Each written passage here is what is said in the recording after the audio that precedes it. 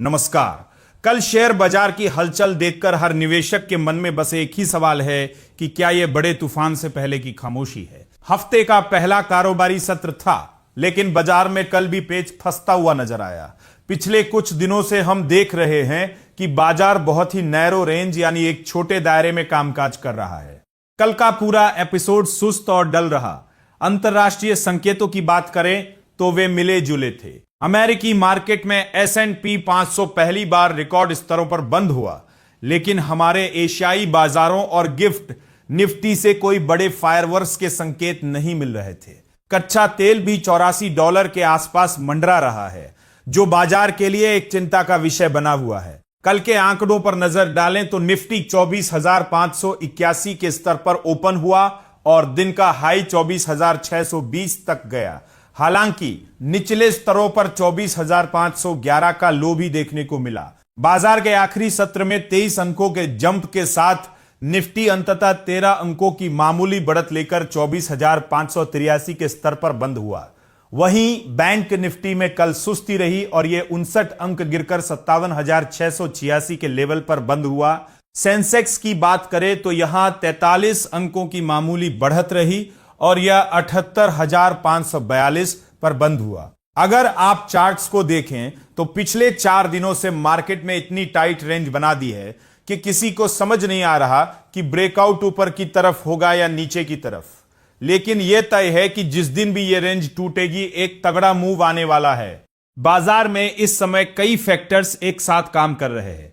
एक तरफ नतीजों का सीजन चल रहा है तो दूसरी तरफ जियोपॉलिटिकल टेंशन बढ़ती जा रही है।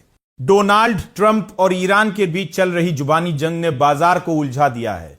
ट्रंप का कहना है कि अब बातचीत का समय निकल गया है और वे ईरान पर आर्थिक दबाव बनाएंगे। दूसरी तरफ ईरान कह रहा है कि वे सीधे तौर पर कभी बात कर ही नहीं रहे थे।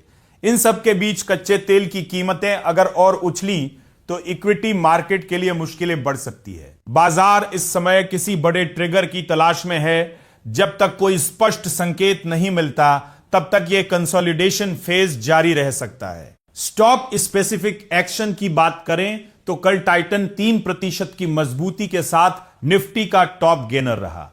टाटा कंज्यूमर 2.5% चढ़ा और बजाज फाइनेंस में भी निचले स्तरों से खरीदारी देखने को मिली। लेकिन सबसे ज्यादा चर्चा पेटीएम की रही, जहां बस्टीन की एक रिपोर्ट के बाद शेयर में 10% का जबरदस्त उछाल आया।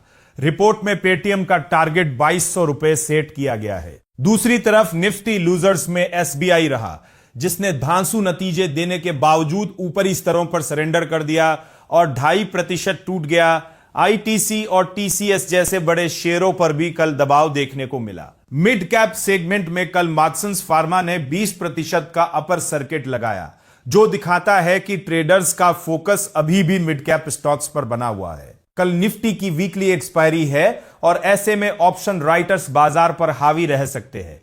जब तक निफ्टी 24,630 और 24,680 के पार नहीं निकलता, तब तक बड़ी तेजी की उम्मीद कम है। नीचे की तरफ 24,500 से 24,440 का जोन एक मजबूत सपोर्ट का काम करेगा।